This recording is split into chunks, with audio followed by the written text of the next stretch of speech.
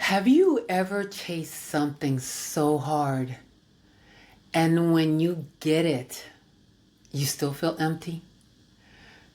You thought the job would make you proud. You thought the relationship would make you feel safe. You thought the success would finally quiet the voice inside you that said that you're not enough. But it didn't. Because sometimes what we call a dream is actually just survival in disguise. But it doesn't have to end there. By the end of this episode, you will understand why some dreams never felt satisfying. Recognize the signs of survival-based goals. Learn the neuroscience behind burnout and emotional misalignment. Feel emotionally safe to let go of what isn't yours. Know how to take one real small step towards alignment. I want to show you an example of how survival goals can be turned around to support soul evolution. Let me introduce you to Lisa Nicoles, if you haven't already met her. Before she became world-renowned speaker, Lisa was a single mom on public assistance. She had $11 in the bank, one baby to feed, and no idea how she was going to survive. One day, she stood in front of her bathroom mirror and made a promise to her son. I will never be this broke or this broken again. At first, she didn't chase success because she wanted to thrive. She chased it because she didn't want to feel invisible anymore. She said, I didn't want to be great. I just didn't want to be forgotten. That's how some dreams are born. Not of joy, but out of survival. You're not chasing something because it lights you up. You're chasing something because you're afraid of who you'll be without it. But over time, Lisa's story evolved. She stopped chasing visibility and started choosing alignment. She began living not to be seen, but to be true. And that's when everything changed. It's okay if your first goals come from pain. But your true masterpiece gets revealed when you stop needing proof that you matter and you start living like you already do. So how are survival-based dreams formed? These dreams often start as a silent cry. When someone made you feel like you had to earn love, or when failure wasn't safe in your family, or even from when your values came from being useful, perfect, or impressive. You started trying to be good enough by becoming everything everyone needed. You chased excellence, not because it made you feel whole, but because not being good was dangerous. So what are the signs that you are chasing a survival-based goal dream? You might be chasing a survival-based goal dream if you're exhausted but afraid to stop. You're more addicted to applause than joy. You look successful but feel numb. You fear that if you slow down, everything will fall apart.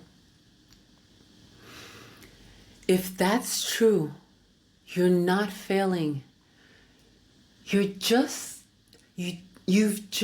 never been shown another way to feel safe until now. Let's look at the brain for a moment.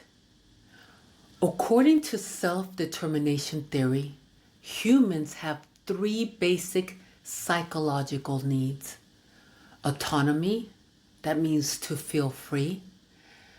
Competence, that means being good at something that matters. Relatedness, which is feeling connected and seen. When your goals come from external validation instead of these internal needs, your nervous system never feels safe. If you win, you stay on edge. You burn out. You crash. When you chase external rewards like approval, status, likes, your brain releases dopamine in short bursts. It feels good for a second, but it fades quickly. Then you're left needing to chase more, prove more, win more. But when your goals come from truth, from your heart, your values, your soul, you create lasting energy. You feel nourished, replenished. You feel alive. This is how you stop living on borrowed energy and start living from within. Chasing a survival-based dream is like planting a tree in poisoned soil. No matter how much you water it, no matter how tall it grows, no matter how many people admire it, the roots are still sick. The problem isn't the tree, it's the soil. And for many of us, the soil we were planted in said, prove yourself, be perfect, earn love. You don't need to grow taller. You need new soil. The soil of self-trust, the soil of honesty, the soil of freedom. Let's reflect for a bit. You might be realizing something hard but healing. You might be realizing, I've been working so hard to prove my worth, instead of creating a life that nourishes my worthiness. That realization is your power coming back. Now let's get curious about your truth. These are soft, simple questions to help you feel your truth. Answer honestly. There's no wrong answer. These questions are not just for reflection. They're a mirror. Each one is designed to help you see what's driving you beneath the surface. First question, what have I been trying to prove, and to who?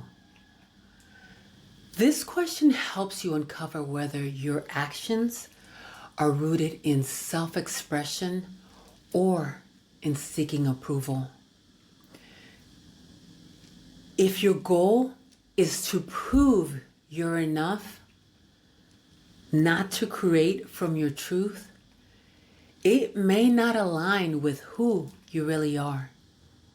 Second question, what goal keeps draining me, no matter how hard I try? This reveals whether your ambition is coming from force instead of flow. Aligned goals energize you. Misaligned goals deplete you, even if they look good on paper. Third question, what would I still love to do even if no one ever applauded me for it? This question separates performance from purpose. It shows you what lights you up from inside, even if no one else sees it. Last question. If I wasn't afraid of failing or being judged, what would I try next? This is about freedom.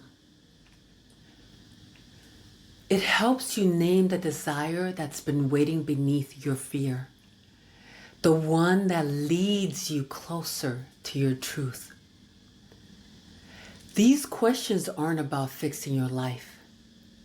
They're about freeing it. Here's your one step that if you do nothing else, it will be enough. Take one dream or goal you've been chasing and ask, does this give me energy or does it take it away? If it drains you, it might not be your dream.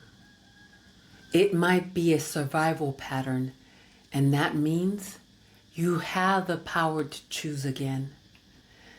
This is how you stop living from survival and start living in your truth. I spent years chasing a version of myself the world might applaud to.